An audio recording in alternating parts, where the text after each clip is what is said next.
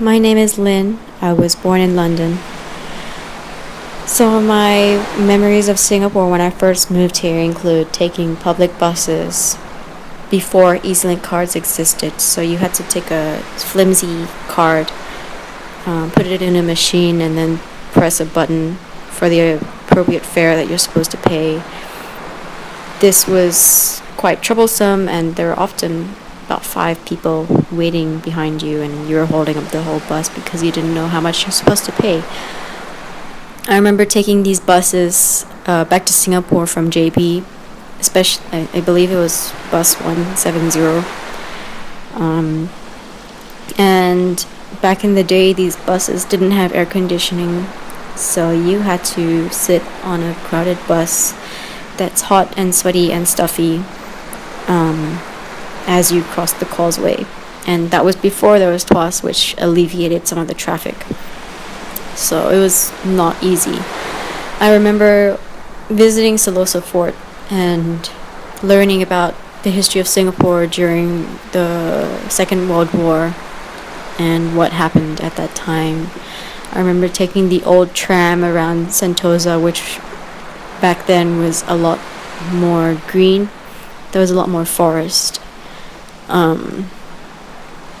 I remember what Orchard MRT used to look like, and I remember the old field that was where Ion is today. And since then, a lot has changed. The biggest change has been the appearance of Marina Bay Sands, which sits on what used to be the sea.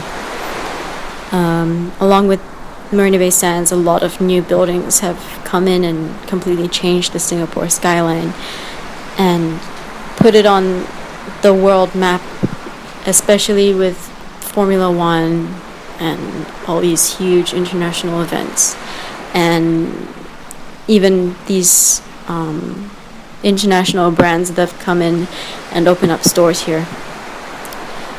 So in order for me to find balance between Singapore and the places that I've come from, first of all, I've had to develop these new rituals, especially I find that I have to try and blend in more as a local. And this is just for short interactions at the food court or the supermarket. I found that in the past, people seemed to have negative reactions to me because I believe I've been told this by people that came to know me, that they thought that I was a local who refused to embrace her culture.